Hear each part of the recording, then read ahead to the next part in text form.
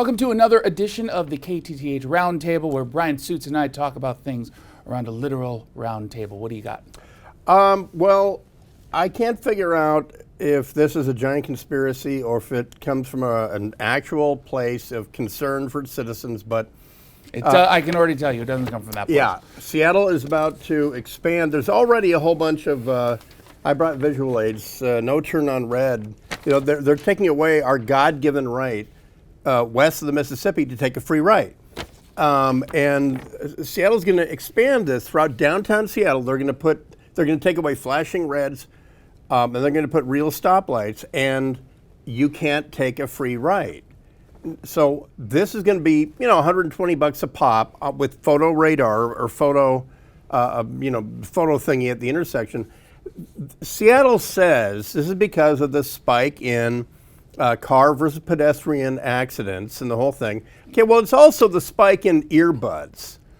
And, yes. And I'm getting my reflex, my right foot at a right turn is going to go, and my right foot is going to cost me several $1,000s. Seattle stands to make you're not following this law. No, and I know you. And I'm going to get it. I'm going to get it in the mail, and I'm going to be going burp, and everybody else in Seattle that drives is too. And I can't figure out whether or not, because once Seattle figures out, wow, that's a $20,000, $30,000, $40,000 a day revenue stream.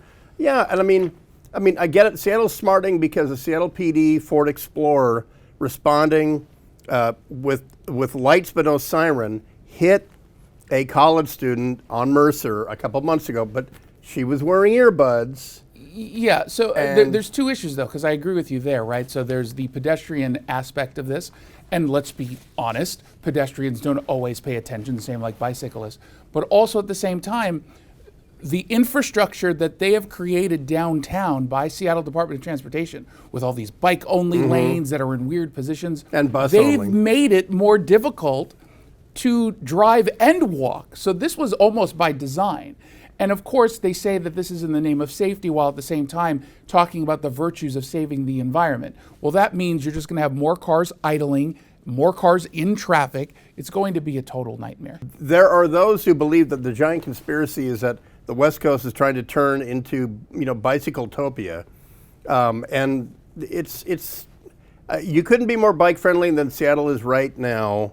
And it's failed. Let's be clear. Yeah. The more bike-friendly they've become, there hasn't been an increase in bicyclists. So it is rather odd. And especially during the pandemic, we saw people go back to driving in their own vehicles. And then they said to themselves, oh, this is so much more pleasant than riding a bike up and down a hill in the rain. Yeah, and remember Brian's pro tip for downtown Seattle, don't get those scooters. Don't rent the scooters or the bikes. They have fentanyl all over them. Well, unless you want to get a contact high. That does it for the KTTH Roundtable.